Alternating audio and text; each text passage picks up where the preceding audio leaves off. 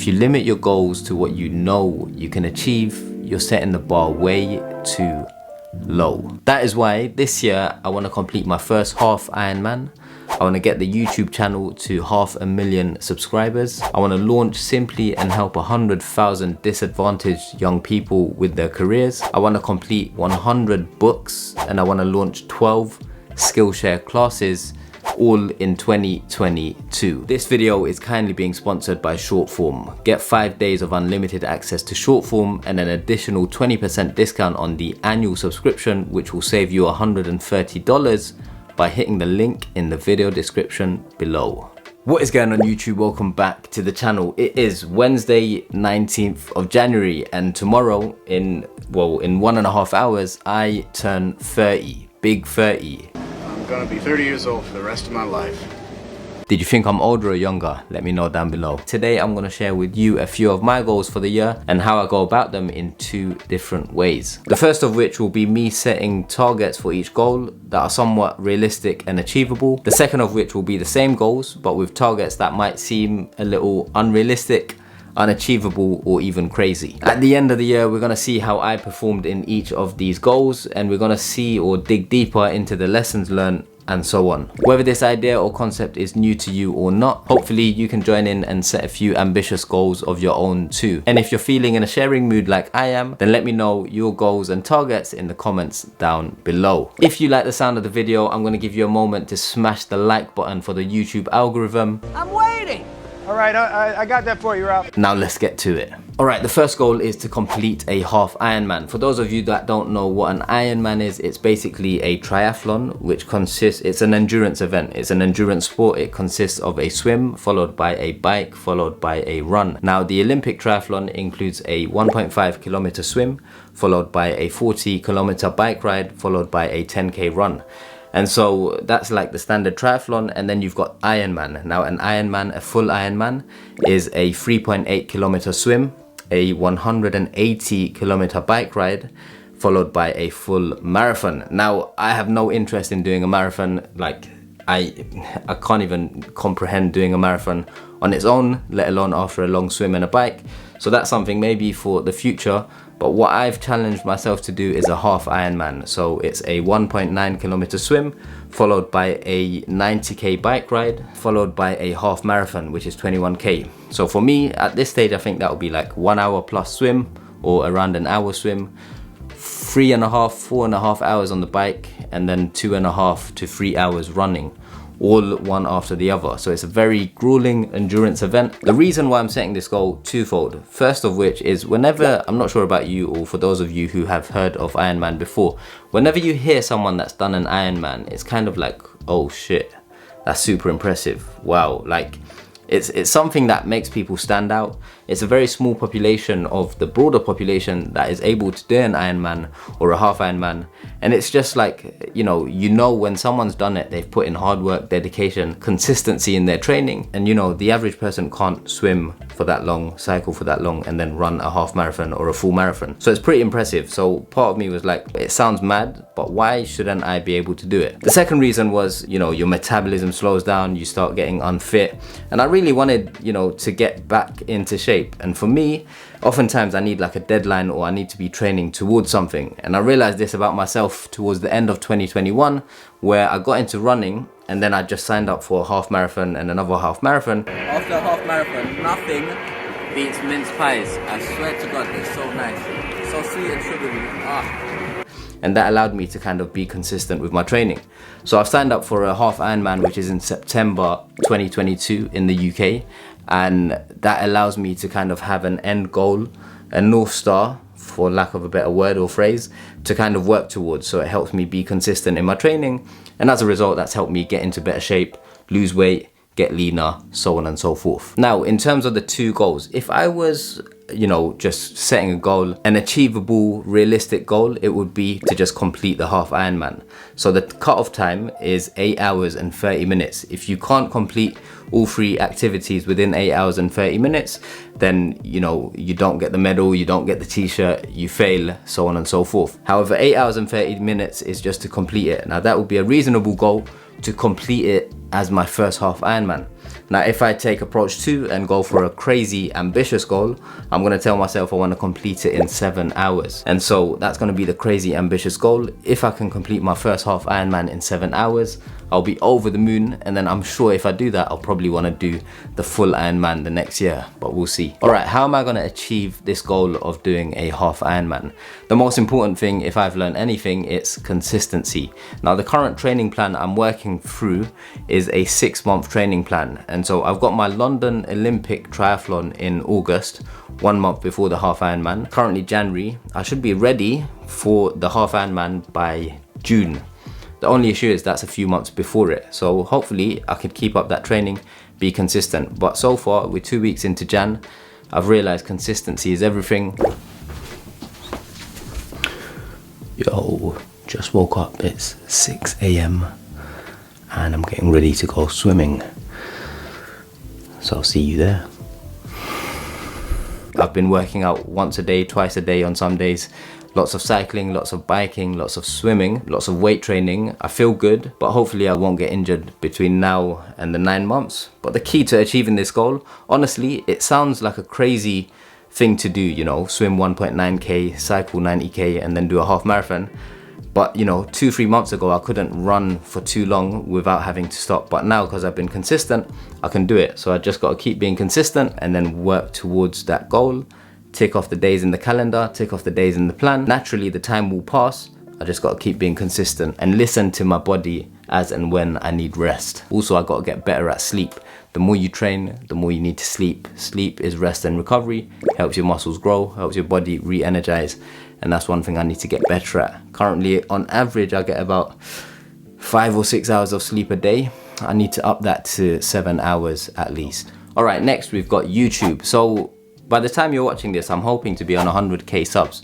Right now, it's on 99,500 subscribers.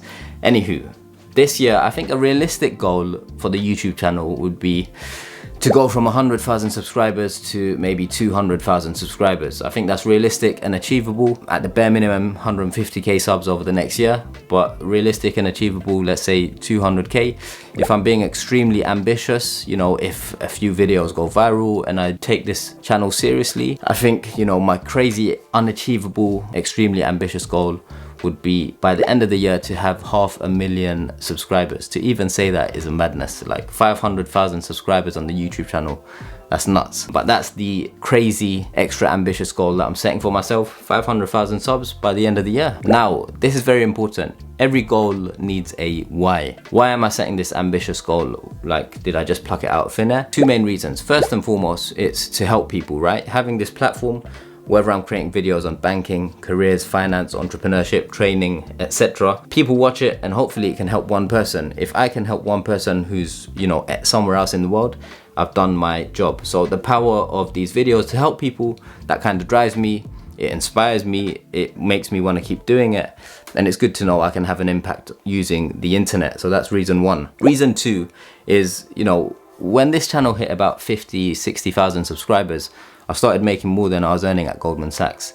That's powerful, right? And this whole concept of the creator economy, influencers, YouTubers, TikTokers, Instagrammers, whatever, the whole creator economy is growing and it's going to continue to grow over the next 5, 10 plus years. And so being involved in it right now, there's a big opportunity to kind of grow an audience, build the YouTube channel, and then build something of your own, right? Not just to create an impact, but to create an income. The great thing about YouTube and content creating, like if we compare it to working at Goldman's, you've got your base salary and then you've got your annual bonus. But with YouTube or with content creating, you've got your ad revenue, you've got your sponsorship revenue, you've got affiliate links, you've got products that you can sell of your own, you've got merchandise, you've got Skillshare, you've got so many other things.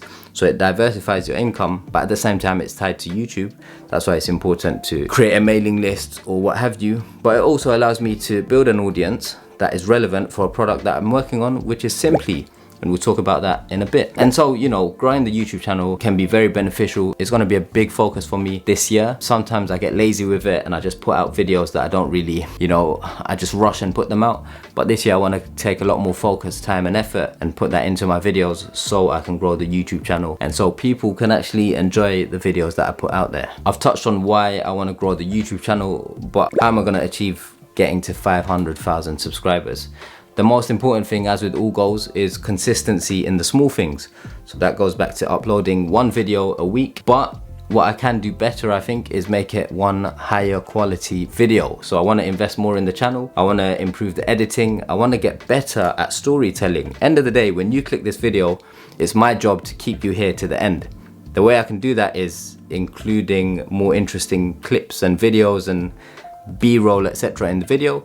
But most importantly, carrying you along with me through a good story. I need to paint a picture and tell a good story in order to get you to the end. If I do that, YouTube pushes it to more and more people, and then there's more advertising revenue there, and then more and more people watch it, more sponsors reach out, subscriber numbers go up, you hit the like button, channel grows, so on and so forth. It's a virtuous cycle, and it all starts with a good thumbnail, title, and a good story throughout the video.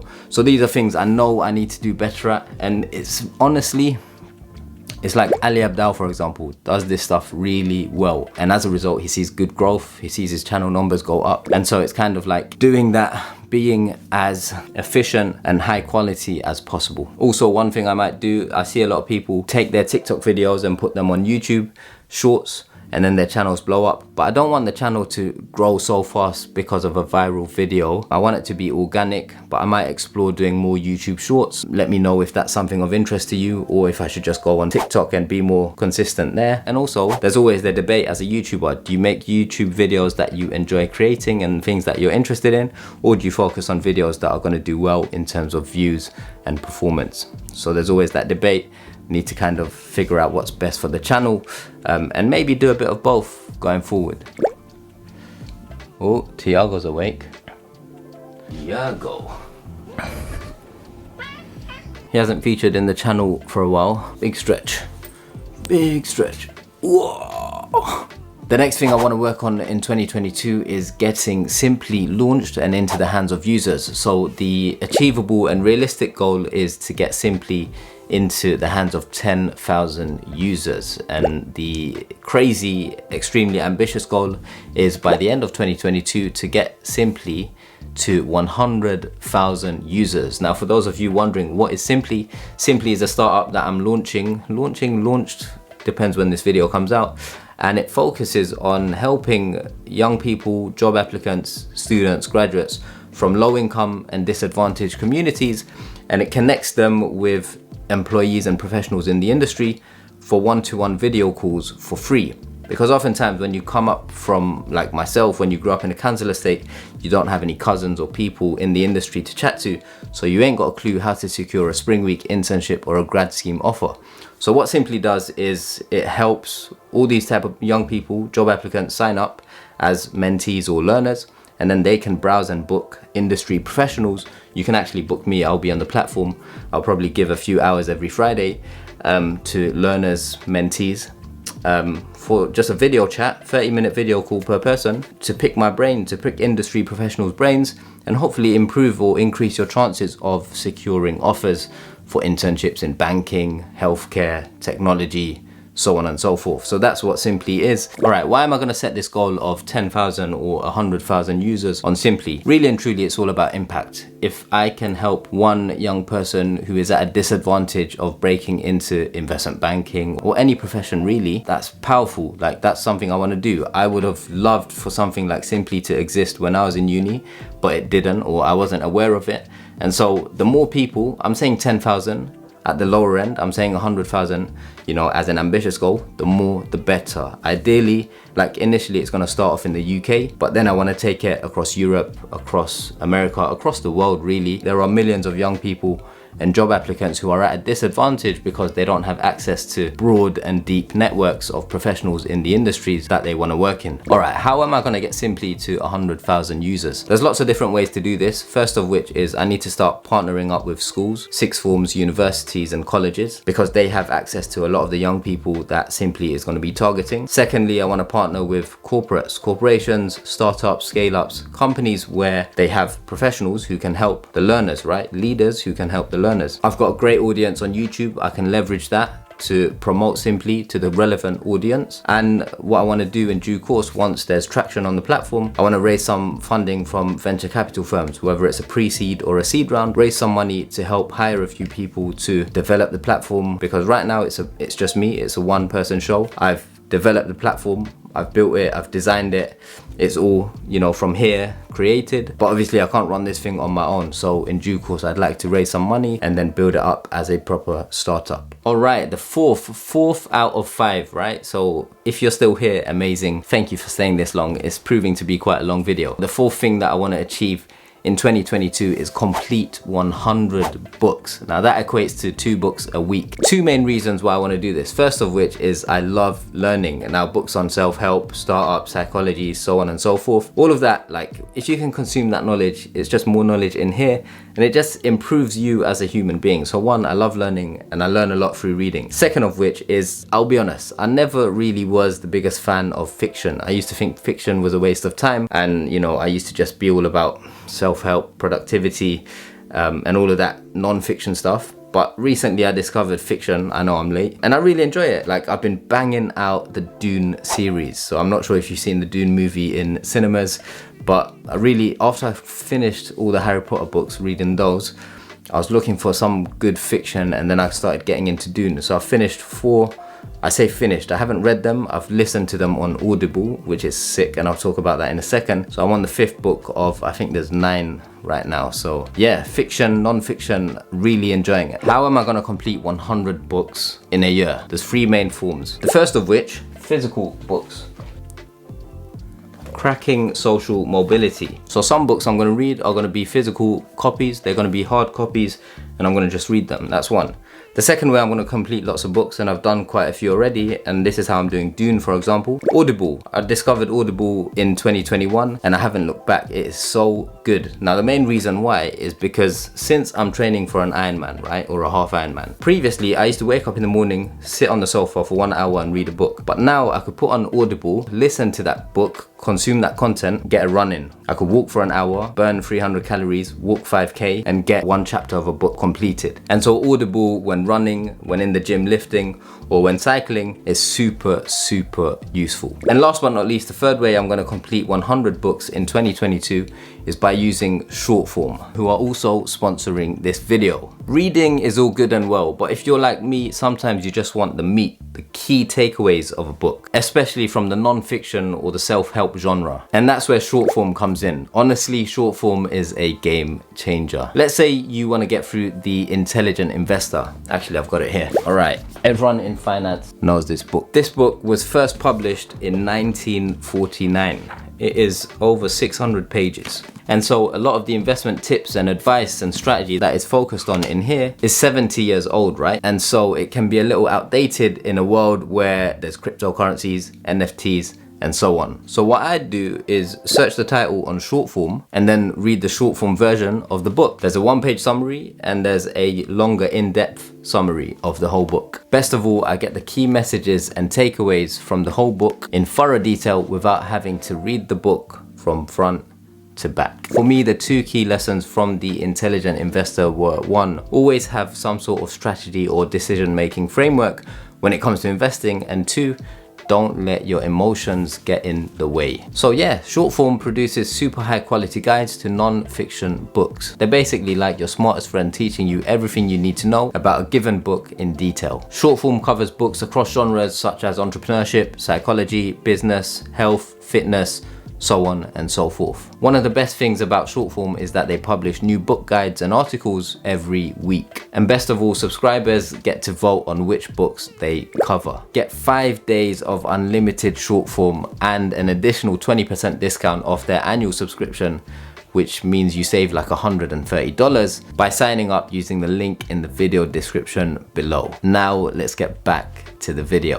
And the last goal that I'm going to talk about in this video, number 5, is to create 12 Skillshare classes in 2022. Now, for those of you that don't know what Skillshare is, it's basically an online learning platform where different creators, designers, etc. can create classes for people to learn, and you subscribe and you can learn various different skills on the platform. Anywho, last year I think I created like 2 or 3 different classes.